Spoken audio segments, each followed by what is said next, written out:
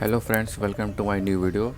इस वीडियो में मैं आपको दो ऐसे क्राउन, जिसको लोग कैप भी बोलते हैं, जो आजकल 90% डेंटल क्लिनिक में यूज़ हो रहा है, दोनों के बीच में डिफरेंस बताऊंगा कि कौन सा ज़्यादा बेटर है और किस किस कंडीशन में बेटर है, और कौन सा आपको ज़्यादा सस्ता पड़ता है और कौन सा महंगा पड़ता है। ये सब कुछ मैं आपको डिटेल में इस वीडियो में बताऊँगा। तो चलिए स्टार्ट करते हैं इस वीडियो को। पोर्सलेन फ्यूज़ मेटल क्राउन जो आपको इस वीडियो में दिख रहा है, इसको बहुत सालों से क्लिनिकों में यूज़ किया जा रहा था, क्योंकि ये भरोसेमंद भी था और बहुत ही ज़्यादा अच्छा भी दिखता था और बहुत दिन तक चलता भी था। लेकिन कुछ सालों से ज़्यादातर क्लिनिक में जरकोनिया कैप का यूज़ किया जा रहा है। जो आपको इस वीडियो में दिख रहा है, इसी को बोलते हैं जरकोनिया कैप। और आजकल ज़्यादातर क्लिनिक में PFM क्राउन की जगह ऑल सिरेमिक और जरकोनिया क्राउन की मांग ज़्यादा बढ़ गई है। और जब सिंगल कैप लगाने की बात आती है, तो कुछ डेंटिस्ट ज़्यादातर जरकोनिया या ऑल सिरेमिक का यूज़ ही कर रहे हैं। कौन कौन से मटेरियल यूज़ करते हैं जरकोनिया क्राउन बनाने के लिए? 3 टाइप के जरकोनिया क्राउन बनाए जाते हैं। पहला है जरकोनिया सॉलिड, दूसरा है जरकोनिया ST और तीसरा है जरकोनिया लेयर्ड। जरकोनिया सॉलिड एक मोनोलिथिक और सबसे मजबूत मटेरियल है जरकोनिया में। इसको उन पेशेंटों में यूज़ किया जाता है जिनको आदत होती है दांत दबाने की या दांतों को घिसने की, और इसको ज़्यादातर पीछे के दांतों के लिए और या तो ब्रिज बनाने के लिए यूज़ किया जाता है। जरकोनिया ST PFM मटेरियल से भी ज़्यादा मजबूत मटेरियल से बनाया जाता है और नेचुरल लगता है और देखने में भी अच्छा लगता है। आगे के दांतों में कैप लगाने के लिए और 3 दांतों का ब्रिज लगाने के लिए बहुत अच्छी चीज़ है ये। जरकोनिया लेड भी स्ट्रॉन्ग मटेरियल से बनाया जाता है और इसको ब्रिज और क्राउन के लिए यूज़ किया जाता है। इसका मेन स्ट्रक्चर जरकोनिया होता है, उसके ऊपर पोर्सलेन की लेयर होती है और ये लगभग PFM जैसा ही दिखता है।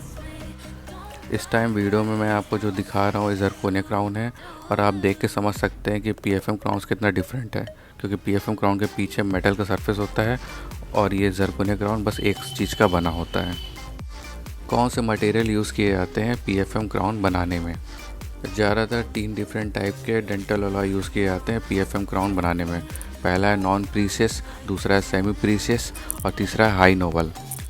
तीनों के बारे में डिटेल में बता के मैं आपको बोर नहीं करना चाहता, सीधा पॉइंट पे आते हैं।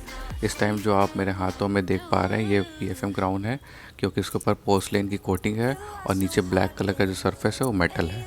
और ये जरकोनिया कितना डिफरेंट आपको दिख रहा होगा। PFM क्राउन के बारे में थोड़ी बहुत जानकारी देना चाहता हूँ कि क्यों जरकोनिया क्राउन से अलग है। PFM क्राउन एक मजबूत क्राउन है और इसको माउथ के किसी भी एरिया में यूज़ किया जा सकता है। क्लिनिकल रिसर्च में देखा गया है कि चाहे सिंगल दांत पे और चाहे 2 से ज़्यादा दांत पे लगाने के बाद भी PFM क्राउन बहुत सालों तक चलता है। कुछ सालों तक PFM क्राउन और ब्रिज एस्थेटिक पर्पस से देखने में अच्छे लगते हैं। अगर लंबे समय तक ब्रिज चलाना है तो PFM मटेरियल का यूज़ किया जा सकता है, और ये प्रूव किया गया है कि ये ज़्यादा अच्छा मटेरियल है अगर आपको लंबे समय तक ब्रिज और क्राउन चलाना है। प्रॉब्लम्स क्या हैं PFM क्राउन के साथ? PFM क्राउन कितना ज़्यादा भरोसेमंद और कितना ज़्यादा टिकाऊ है, इसके ऊपर तो कोई क्वेश्चन नहीं कर सकता। लेकिन बस एक ही दिक्कत है कि एस्थेटिक पर्पस से उतना अच्छा नहीं है, क्योंकि नीचे का स्ट्रक्चर मेटल का बना होता है। मेटल स्ट्रक्चर को पोर्सलेन लेड से कवर किया जाता है, लेकिन तब भी जब विजिबल लाइट में क्राउन को आप देखेंगे तो ऐसा फील होगा कि जैसे कि अंदर से मेटल बाहर की ओर दिख रहा है। इसलिए उसको एंटीरियर टूथ में उतना अच्छा एस्थेटिक पर्पस से नहीं माना जाता है। एक और दिक्कत है PFM क्राउन के साथ कि गम्स रिसेशन की प्रॉब्लम्स आ जाती हैं।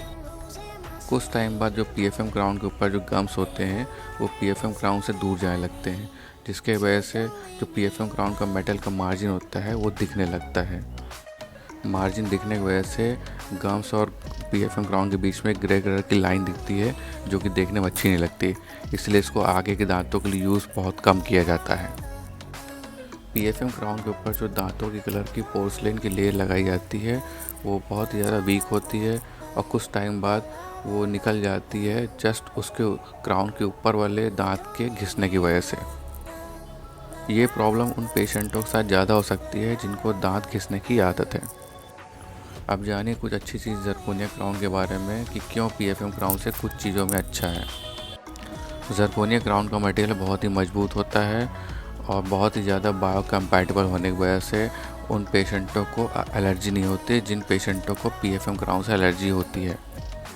ज़रकोनिया क्राउन सॉफ्ट टिश्यू के लिए बहुत अच्छा है और उन पेशेंटों के लिए बहुत अच्छा है जिनको सॉफ्ट टिश्यू में इरिटेशन होती है पीएफएम क्राउन की वजह से। ज़रकोनिया क्राउन की फिटिंग इतनी अच्छी होती है कि मार्जिन भी बहुत अच्छी रहती है।